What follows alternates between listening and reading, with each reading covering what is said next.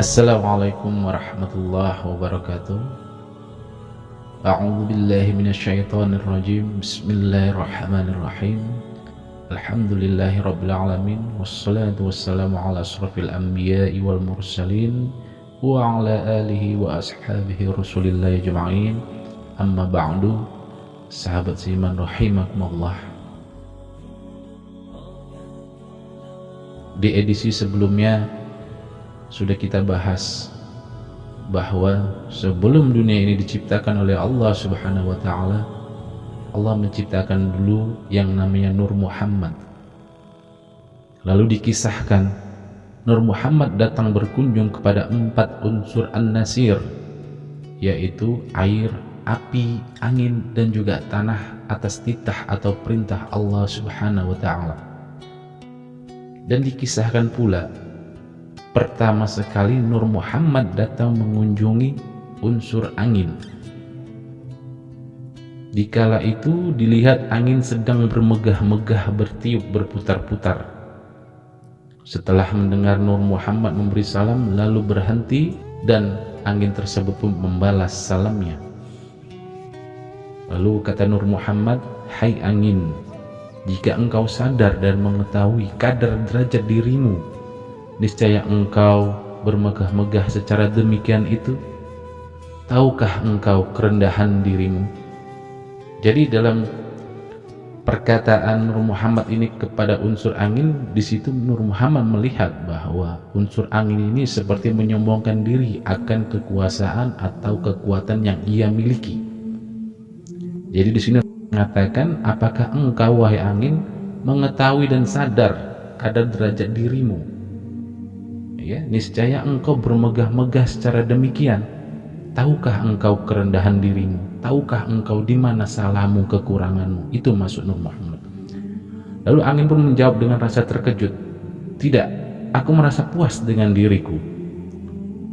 Dan Nur Muhammad pun kembali berkata, "Tahukah engkau hai angin, meskipun engkau mempunyai tenaga yang cukup besar dan sangat besar, dan mempunyai kekuatan yang sangat luar biasa, akan tetapi engkau pada suatu ketika akan dapat diperintah oleh manusia dan engkau akan melayani kehendak manusia tersebut."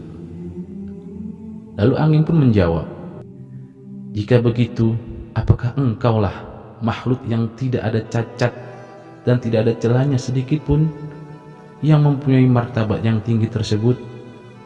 Lalu Nur Muhammad menjawab, "Tidak wahai angin, aku adalah makhluk Allah yang tidak sunyi, yang tidak luput daripada kesalahan. Hanya Allah Subhanahu wa ta'ala yang maha suci, maha bersih daripada sifat kerendahan dan kekurangan." Lalu kemudian Nur Muhammad pergi mengunjungi sang api. Jadi pada saat Nur Muhammad bertemu dengan sang api, kembali lagi dilihat gambaran dan sifat daripada unsur an-nasir daripada api ini, di mana unsur api ini sedang berkobar menyala-nyala dengan maha dahsyatnya, seolah-olah menyombongkan keagungan, seolah-olah menampakkan kekuatan yang dia miliki.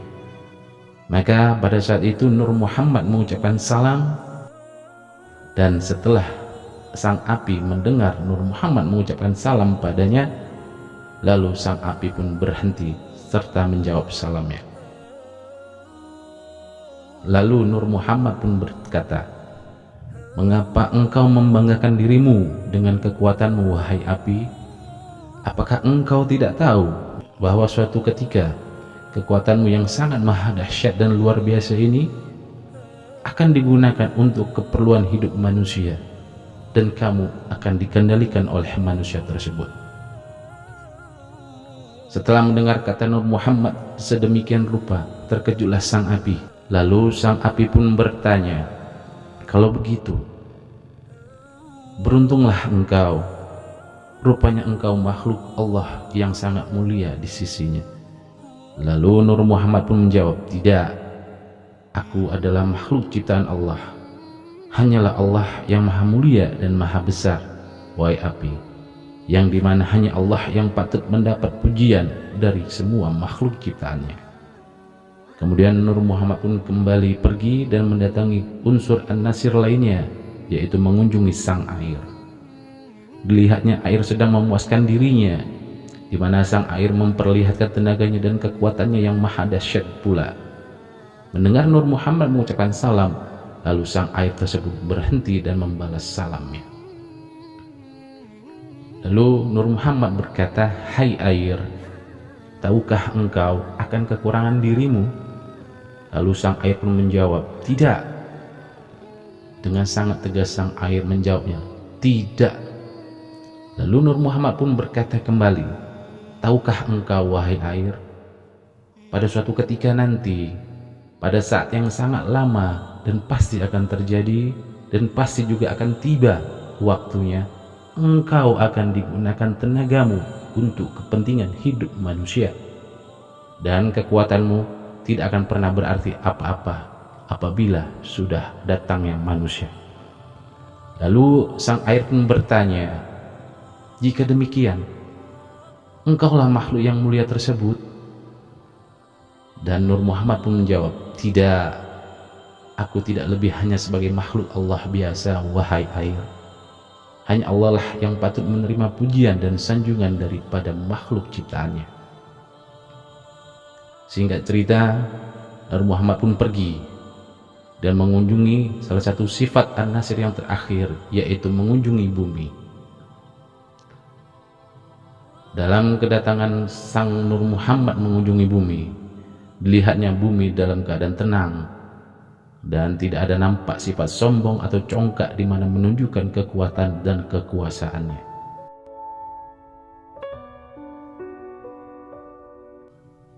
Baik, kepada sahabat beriman, di sini kita perlu digarisbawahi bahwa daripada unsur An-Nasir yang tiga itu hanya bumi yang nampak tenang.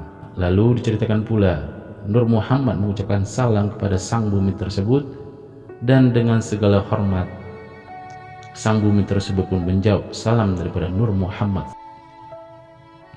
Lalu Nur Muhammad pun berkata, "Akulah Nur Muhammad yang kelak akan menjadi kekasih Tuhan Rabbul Alamin.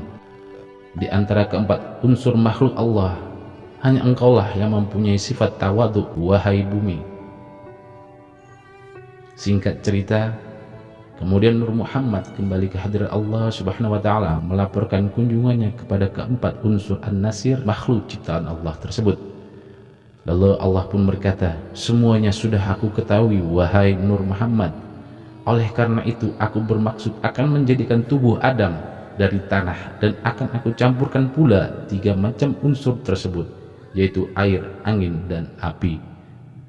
Begitulah diriwayatkan bagaimana Nur Muhammad mengunjungi daripada keempat unsur An-Nasir, air, api, angin, serta tanah. Di antara daripada keempat unsur An-Nasir tersebut, hanya bumilah atau tanah yang tidak sama sekali menunjukkan kesombongan apa yang ada pada dirinya. Diriwayatkan oleh Abu Dawud, Rasulullah SAW bersabda, Allah Azza wa Jalla menciptakan Adam dari segenggam tanah yang Allah ambil dari seluruh permukaan tanah. Maka lahirlah anak Adam yang sesuai dengan asal tanahnya. Di antara mereka ada yang berkulit putih, merah, hitam, dan perpaduan antara warna-warna tersebut. Di antara mereka ada yang bersifat lembut, dan pula yang ada yang bersifat kasar, serta perpaduan antara keduanya. Serta di antara mereka ada yang baik dan ada yang jahat. Hadis riwayat Abu Dawud. Sebagian ulama pula menerangkan bahwa Nabi Adam alaihissalam tidak dilahirkan begitu saja, melainkan melalui proses penciptaan. Beliau, Nabi Adam alaihissalam, diciptakan tanpa ayah dan ibu.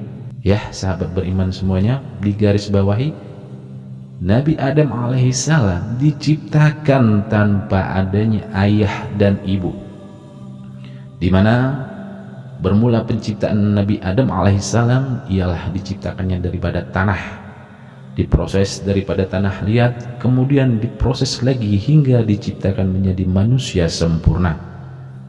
Dikatakan pula proses penciptaan manusia pertama ini ialah Nabi Adam alaihissalam memakan waktu 120 tahun lamanya. Nabi Adam alaihissalam diciptakan pada hari Jumat atau disebut penghulunya semua hari. Kepada sahabat beriman perlu digarisbawahi bahwa hari Jumat adalah hari yang sangat spesial. Menurut keterangan ulama lainnya pula, tubuh Nabi Adam diselubungi dalam waktu 120 tahun lamanya, yaitu 40 tahun di tanah yang kering, 40 tahun di tanah yang basah, dan 40 tahun di tanah yang hitam dan berbau. Dari situ Allah Ta'ala mengubah tubuh Nabi Adam alaihissalam dengan rupa kemuliaan, dan tertutuplah dari rupa hakikatnya. Karena diciptakan dari tanah, maka malaikat dan iblis pun memandang rendah akan proses kejadian manusia tersebut, yaitu proses kejadian Nabi Adam alaihissalam. Adapun manusia keturunan Nabi Adam alaihissalam juga tidak diciptakan secara instan begitu saja. Penciptaan anak cucu Adam juga melalui proses yang sangat panjang, sebagaimana dijelaskan dalam Quran dan Al-Hadis. Dari Abu Abdirrahman Abdullah bin Mas'ud radhiyallahu anhu, Rasulullah sallallahu alaihi wasallam bersabda, sesungguhnya seorang dari kalian dikumpulkan penciptaannya dalam perut ibunya selama 40 hari dalam bentuk nutfah atau bersatunya sperma dengan ovum, kemudian menjadi alaqah, segumpal darah, kemudian menjadi mudghah atau segumpal daging. Seperti itu pula, kemudian malaikat diutus kepadanya untuk meniupkan ruh di dalamnya dan diperintahkan untuk menulis 4 hal, yaitu menuliskan rezekinya, ajalnya, amalnya, dan celaka atau bahagianya. Jadi sampai di sini sedikit saya jelaskan. Kita semua pernah mengalami hal yang membuat kita bertanda tanya. Dalam hal kita belum pernah datang ke suatu daerah, kita belum pernah mengenal daerah tersebut, dan kita belum pernah memijakkan kaki di daerah tersebut. Namun pada saat kita tiba di daerah itu, ada rasa, ada perasaan kita pernah, dan kita seolah-olah pernah mengunjungi tempat atau daerah tersebut, padahal diyakini bahwa baru saat itu saja kita datang di daerah atau tempat tersebut. Nah, adapun daripada rahasia sensasi rasa ini yang kita rasakan ialah di dalam rahim ibu kita, kita diperlihatkan semua dari awal kehidupan kita hingga ajal menjemput diri kita. Namun pada saat jabang bayi itu lahir ke dunia, maka Allah hanya menyisakan 1% saja memori ingatan kita, dan selebihnya Allah tarik. Maka daripada itulah, daripada dasar kenapa kita pernah merasakan satu sensasi bahwa kita pernah ke satu daerah, tapi baru saat itu kita ke daerah tersebut. Wallahu a'lam. Kembali dalam hadis Rasulullah tersebut, maka demi Allah yang tidak ada ilah yang berhak diibadahi dengan benar melainkan Dia. Sesungguhnya salah seorang dari kalian beramal dengan amalan ahli surga, sehingga jarak antara dirinya dengan surga hanya tinggal sehasta. Tetapi catatan takdir mendahulinya, lalu ia beramal dengan amalan ahli neraka, maka dengan itu ia pun memasukinya. Dan sesungguhnya salah seorang dari kalian beramal dengan amalan ahli neraka, sehingga jarak antara dirinya dengan neraka hanya tinggal sehasta. Tetapi catatan takdir mendahuluinya, lalu ia beramal dengan amalan ahli surga, maka dengan itu ia memasukinya. Hadis riwayat Al-Bukhari.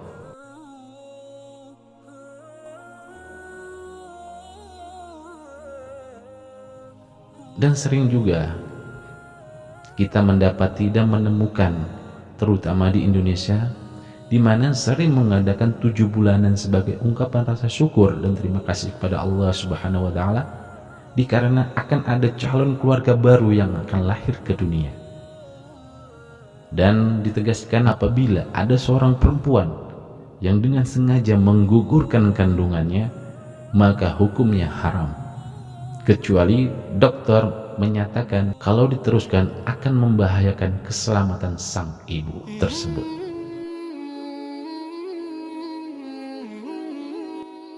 Lalu dikutip dari Aisyah radhiyallahu anha, ia berkata, Rasulullah sallallahu alaihi wasallam bersabda, malaikat itu diciptakan dari cahaya, jin diciptakan dari nyala api tanpa asap, dan Adam diciptakan dari apa yang telah disifatkan Allah Ta'ala di dalamnya untuk kalian. Hadis riwayat Muslim. Allah menciptakan jin terlebih dahulu. Ya, perlu digarisbawahi sahabat beriman, Allah menciptakan jin terlebih dahulu. Ketika Allah Ta'ala membentuk Adam di surga sesuai kehendaknya, maka iblis memperhatikan Nabi Adam alaihissalam ini. Selalu ada sisi yang kosong, di mana iblis merasa ciptaan Allah yang satu ini tidak akan bisa menahan diri, atau dalam kata lain, iblis memandang remeh atau merendahkan Nabi Adam alaihissalam karena penciptaannya tercipta daripada tanah. Jadi di sini perlu digarisbawahi, segala sesuatu itu jangan pernah dilihat dari tampilan luarnya. Ada pepatah bijak mengatakan, jangan pernah lihat daripada luarnya, tapi ketahuilah dan pahamilah isi dalamnya. Setelah Allah Ta'ala menyempurnakan wujud Nabi Adam alaihissalam, maka para malaikat dan iblis pun diperintahkan untuk bersujud kepada Nabi Adam alaihissalam. Dan perlu digarisbawahi, dalam arti kata bersujud ini adalah satu bentuk penghormatan. Bukan bersujud itu berarti takut atau menyembah Nabi Adam, tidak ya. Sahabat beriman perlu digarisbawahi, pada saat Allah memerintahkan malaikat dan seluruh penghuni surga untuk bersujud, ialah sebagai bentuk penghormatan saja ya. Ditegaskan pula, semua malaikat bersujud, semua penghuni surga bersujud kepada Nabi Adam alaihissalam sebagai bentuk penghormatan, kecuali hanya iblis saja yang enggan, ingkar ataupun menolaknya, mungkin karena gengsi. Lalu ketika sang iblis menolak bersujud kepada Nabi Adam alaihissalam, iblis pun diusir dari surga.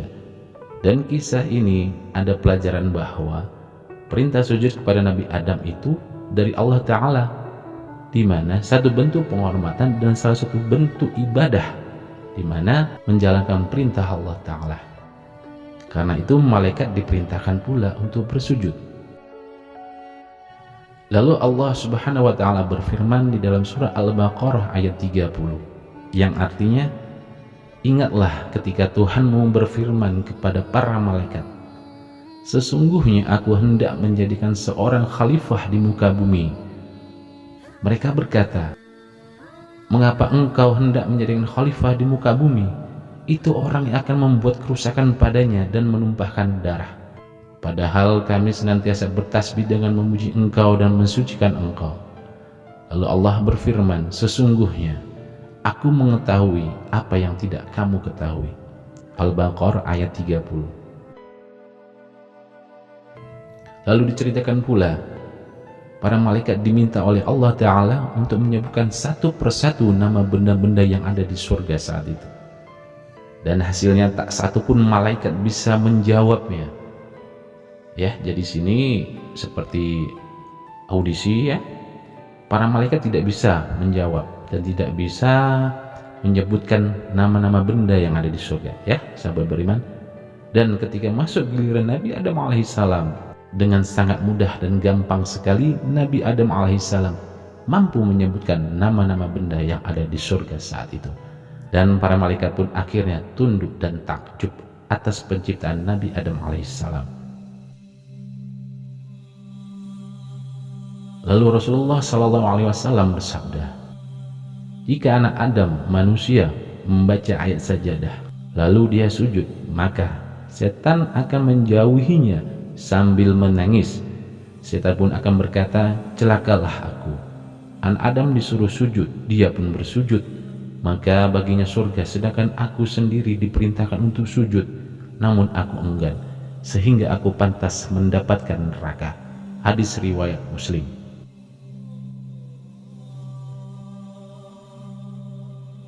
Jadi kepada sahabat seiman perlu digarisbawahi, sebelum Allah menciptakan dunia beserta isinya, Allah menciptakan Nur Muhammad terlebih dahulu. Dan daripada Nur Muhammad lah akan adanya cikal bakal proses pembuatan atau proses pembentukan, proses penciptaan Nabi Adam alaihissalam, di mana Nur Muhammad mendatangi keempat unsur an-nasir, yaitu air, api, angin, dan tanah. Dan di antara keempatnya hanya tanahlah yang mempunyai sifat tawadu. Dan daripada itulah cikal bakal Adam diciptakan, yaitu dengan tanah, di mana kesimpulannya bahwa sifat tawadu selalu tertanam pada diri setiap anak cucu Adam yang akan lahir ke dunia. Subhana rabbika rabbil izzati amma yasifun, wassalamun alal mursalin, walhamdulillahi rabbil alamin.